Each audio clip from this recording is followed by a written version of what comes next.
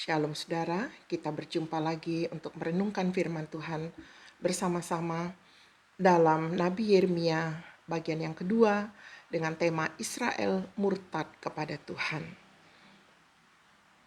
Firman Tuhan ini datang kepada Yeremia pada zaman Raja Yosia bin Amon dalam tahun yang ke-13 dari pemerintahannya, dalam zaman Raja Yoyakim bin Yosia, dalam zaman Zedekia bin Yosia. Ini disampaikan oleh Tuhan kepada Yeremia agar disampaikan kepada Yehuda dan Israel sampai mereka kemudian diangkut ke dalam pembuangan di Babel selama 70 tahun. Mari saudara, dalam perenungan ini saya mengajak saudara untuk masuk ke dalam hati Tuhan, berempati bersama dengan Tuhan, bagaimana sebenarnya Tuhan sangat mengasihi bangsa ini, dan sebenarnya Tuhan tidak mau bangsa ini mengalami pembuangan, tetapi itu terpaksa harus dilakukan karena bangsa Israel dan bangsa Yehuda tidak lagi mengindahkan pesan Tuhan. Sama seperti kita orang tua, saya percaya tidak ada orang tua yang ingin memukul anaknya. Tetapi kadang disiplin itu terpaksa harus diberikan karena anak tidak mau mendengarkan didikan kita.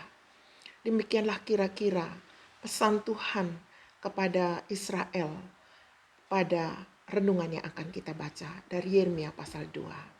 Saya sudah berdoa agar Tuhan menolong kita sehingga kita dapat memahami firman ini.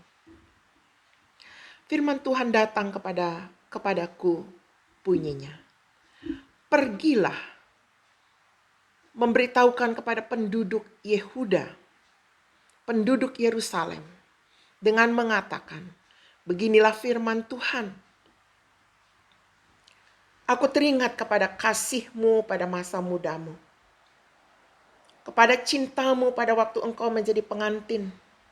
Bagaimana engkau mengikuti aku di padang gurun, di negeri yang tiada tetaburannya. Ketika itu Israel kudus bagi Tuhan, sebagai buah bungaran dari hasil tanahnya. Semua orang yang memakannya menjadi bersalah, malapetaka menimpa mereka. Demikianlah firman Tuhan. Itulah kondisi Israel ketika mereka taat kepada Tuhan. Bangsa-bangsa tidak berani berhadapan dengan mereka. Dengarlah firman Tuhan, hai kaum keturunan Yakub. Hai segala kaum keluarga keturunan Israel. Beginilah firman Tuhan. Apakah kecurangan yang didapati nenek moyangmu padaku, sehingga mereka menjauh daripadaku, mengikuti dewa kesia-siaan, sampai mereka menjadi sia-sia? Dan mereka tidak lagi bertanya, di manakah Tuhan yang menuntun kita keluar dari tanah Mesir, yang memimpin kita di padang gurun, di tanah yang tandus dan yang lekak-lekuk, di tanah yang sangat kering dan gelap, di tanah yang tidak dilintasi orang dan yang tidak didiami manusia. Aku telah membawa kamu ke tanah yang subur untuk menikmati buahnya dan segala yang baik daripadanya. Tetapi segera setelah kamu masuk, kamu menajiskan tanahku. Tanah milikku telah kamu buat menjadi kekejian. Para imam tidak lagi bertanya, di manakah Tuhan? Orang-orang yang melaksanakan hukum tidak mengenal aku lagi. Dan para gembala mendurhaka terhadap aku. Para nabi bernubuat demi Baal. Mereka mengikuti apa yang tidak berguna. Sebab itu aku akan berbantah lagi dengan kamu. Demikianlah firman Tuhan. Dan dengan anak cucumu aku akan berbantah.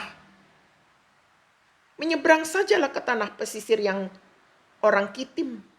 Dan lihatlah, suruhlah orang ke Kedar dan perhatikanlah dengan sungguh-sungguh. Lihatlah, apakah ada terjadi yang seperti ini?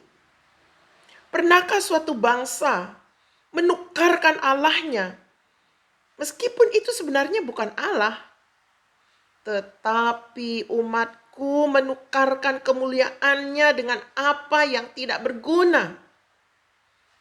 Allah berkata, bangsa-bangsa lain yang tidak punya Allah seperti Allah kita, tidak mau menukarkan dewanya dengan dewa lain. Tapi bangsa Israel rela menukarkan Allah yang benar dengan Allah yang palsu. Ayat 12. Tertegunlah atas hal itu, hai langit. Menggigil dan gemetarlah dengan sangat, demikianlah firman Tuhan. Sebab 2 kali umatku berbuat jahat. Mereka meninggalkan aku sumber air hidup untuk menggali kolam bagi mereka sendiri, yakni kolam yang bocor yang tidak dapat menahan air. Adakah Israel itu budak atau anak budak? Maka mengapa mereka menjadi rampasan? Sebenarnya Tuhan sudah bebaskan Israel dari perbudakan. Tapi kelak mereka akan jadi rampasan di tempat pembuangan karena ulah mereka. Ayat 15. Terhadapnya singa-singa muda mengaum menyaringkan suaranya. Negerinya dibuat orang menjadi tandus, kota-kotanya terbakar, tidak lagi berpenduduk. Bahkan orang Memphis dan Tahpanhes telah menggundul batu kepalamu. Bukankah engkau sendiri yang menimpakan ini ke atas dirimu? Oleh karena engkau meninggalkan Tuhan. Oleh karena engkau meninggalkan Tuhan Allahmu ketika Ia menuntun engkau di jalan. Dan sekarang apakah untungmu untuk pergi ke Mesir untuk meminum air sungai Nil? Saudara, bangsa Mesir akhirnya menawan mereka. Kemudian mereka jatuh ke tangan Babilonia dan ke tangan bangsa Persia. Padahal dulu Tuhan sudah bebaskan mereka dari Mesir. Ayat 18. Dan apakah untungmu untuk pergi ke Asyur untuk meminum air sungai Efrat? Kejahatanmu akan menghajar engkau dan kemurtadanmu akan menyiksa engkau. Ketahuilah dan lihatlah betapa jahat dan pedihnya engkau meninggalkan Tuhan Allahmu dan tidak gemetar terhadap aku. Demikianlah firman Tuhan Allah semesta alam. Sebab dari dahulu kala engkau telah mematahkan kukmu, telah memutuskan tali pengikatmu, dan aku berkata, aku tidak mau lagi diperbudak. Bahkan di atas setiap bukit yang menjulang dan di bawah setiap pohon yang rimbun engkau berbaring dan bersundal. Maksud Tuhan bukan bersundal secara fisik, tetapi secara rohani. Bangsa Israel rela menyembah Baal-Baal di setiap bukit, di bawah pohon-pohon yang rindang, mengikuti bangsa-bangsa lain. Ayat 21. Namun aku telah membuat engkau tumbuh sebagai pokok anggur pilihan, sebagai benih yang sungguh murni. Betapa engkau berubah menjadi pohon berbau busuk, pohon anggur liar. Tuhan mengambil Israel menjadi pohon anggur, dicangkokkan ke dalam anggur yang asli, tetapi berubah menjadi anggur liar. Tuhan sangat kecewa. Ayat 22. Bahkan sekalipun engkau mencuci dirimu dengan air abu dan dengan banyak sabun, namun noda kesalahanmu tetap ada di depan mataku. Demikianlah firman Tuhan Allah. Bagaimana engkau berani berkata, aku tidak pernah menajiskan diriku? Aku tidak pernah mengikuti para Baal? Ngeles. Ayat 23. Lihatlah tingkah langkahmu di dalam lembah. Ketahuilah apa yang telah kau lakukan, hai unta betina yang ringan kaki, yang berlari kian kemari, yang melepaskan diri dari lari ke padang gurun karena ingin menghirup udara. Siapa yang dapat menahan nafsunya untuk berjantan? Semua yang mencari dia tidak usah berlelah. Mereka akan segera menemukannya dalam musim berjantan. Maksudnya, bangsa-bangsa lain itu tidak perlu buat apa-apa untuk mempengaruhi Israel untuk melakukan penyembahan kepada Baal. Begitu Israel melihat bangsa lain menyembah Baal, ikut saja mereka. Ayat 25. Jagalah supaya kakimu jangan tak bersepatu dan supaya kerongkonganmu jangan haus. Tetapi engkau berkata, percuma saja, percuma. Sebab aku cinta kepada orang-orang asing, jadi aku mau mengikuti mereka. Luar biasa, saudara.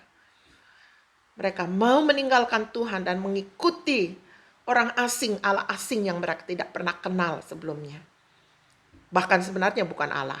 Ayat 26. Seperti malunya pencuri apabila kedapatan, demikianlah malunya kaum Israel, yakni para rajanya, pemukanya, para imamnya dan nabinya. yang berkata kepada sepotong kayu.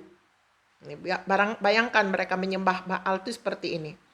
Engkaulah Bapakku, dan kepada batu, engkaulah yang melahirkan aku. Sungguh mereka membelakangi aku dan tidak menghadapkan mukanya kepadaku, kata Tuhan.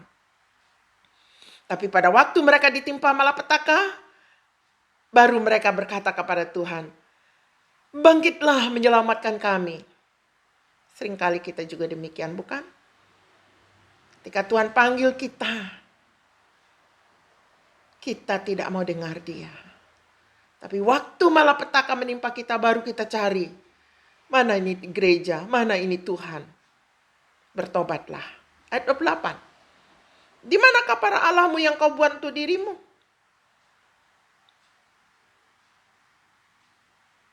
Biarlah mereka bangkit jika mereka dapat menyelamatkan engkau pada waktu malapetakamu. Sebab seperti banyaknya kotamu, demikianlah banyaknya para Allahmu, hai Yehuda. Saudara, mungkin pada waktu muda, saudara mengejar pekerjaan dan karirmu sampai melupakan Tuhan. Ketika engkau ditimpa penyakit, barulah engkau sadar. Ternyata harta benda tidak mampu menolong. Tidak salah kita bekerja. Tapi jangan melupakan Tuhan. Tuhan sumber yang tidak pernah habis. Ayat 29. Mengapakah kamu mau berbantah dengan aku, kata Tuhan. Kamu sekalian telah mendurhaka kepadaku, demikianlah firman Tuhan. Sia-sia aku telah memukuli anak-anakmu. Hajaran tidaklah mereka terima. Pedangmu sendiri telah memakan habis para nabimu. Seperti singa muda yang memusnahkan. Keturunan apakah kamu ini?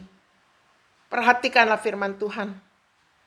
Sudahkah aku menjadi padang gurun bagi Israel atau tanah yang gelap gulita? Maka mengapa umatku berkata, kami sudah bebas, kami tidak lagi mau datang kepadamu? Ayat 32, dapatkah seorang dara melupakan perhiasannya? Atau seorang pengantin perempuan melupakan ikat pinggangnya? Saya rasa sebagai seorang muda kita selalu ingat perhiasan kita. Tapi Tuhan berkata, umatku melupakan aku. Sejak waktu yang tidak terbilang lamanya.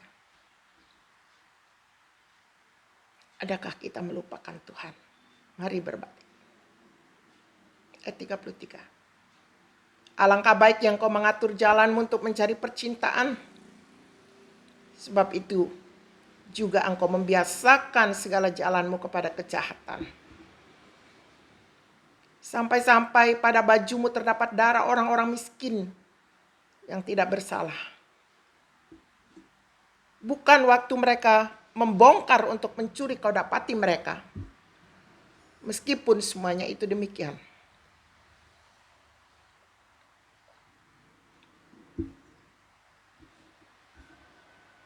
Engkau berkata, aku tidak bersalah. Memang murkanya telah meninggalkan aku. Tuhan berkata, sesungguhnya aku akan membawa engkau ke pengadilan. Oleh karena engkau berkata, aku tidak berdosa. Saudara, ada Tuhan yang selalu mengawasi tingkah laku kita. Dan Tuhan akan memperhadapkan kita kepada hukum-hukumnya.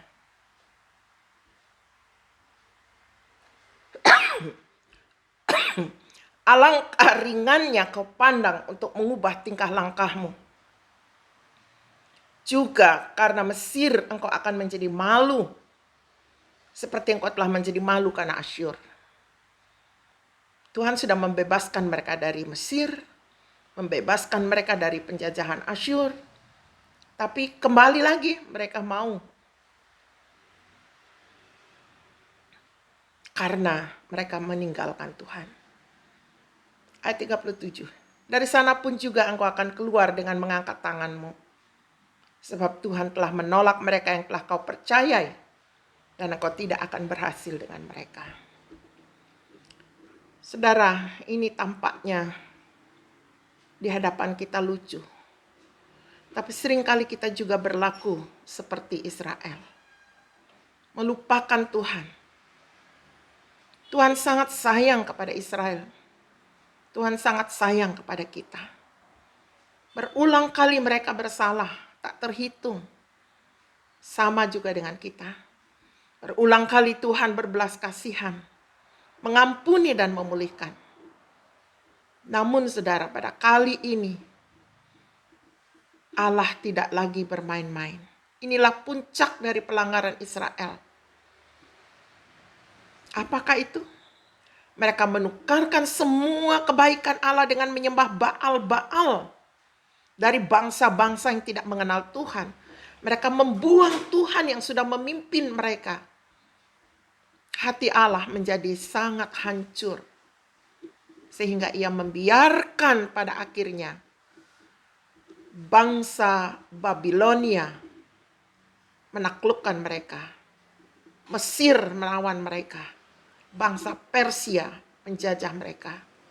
Dan ini berlangsung selama 70 tahun. Marilah kita lembutkan hati kita saat ini untuk mendengar dan melakukan apa yang Tuhan perintahkan untuk kita lakukan pada masa kini. Kembali saya mengacu kepada rumah tangga, kelompok yang paling kecil di antara kita. Yang ada bersama kita sebagai suami, istri, sebagai orang tua, sebagai anak. Saya meluas ke gereja sebagai pelayan Tuhan, sebagai gembala, gembala senior, wakil gembala, gembala anak, gembala pemuda, gembala perkarya, gembala perkawan, gembala persimas, usher, sebagai tim worship. Sudahkah kita benar-benar menempatkan Tuhan sebagai Allah yang daripadanya seluruh hidup kita peroleh, lalu kita alirkan kepada orang yang lain? Saya percaya segala sesuatu yang Tuhan izinkan kita alami saat ini adalah bagian dari cara Tuhan untuk mendidik kita, untuk mendatangkan kebaikan bagi hidup kita. Roma 8 ayat 28. Lama waktunya Tuhan yang menentukan. Selamat mempraktekkan firman ini. Amin.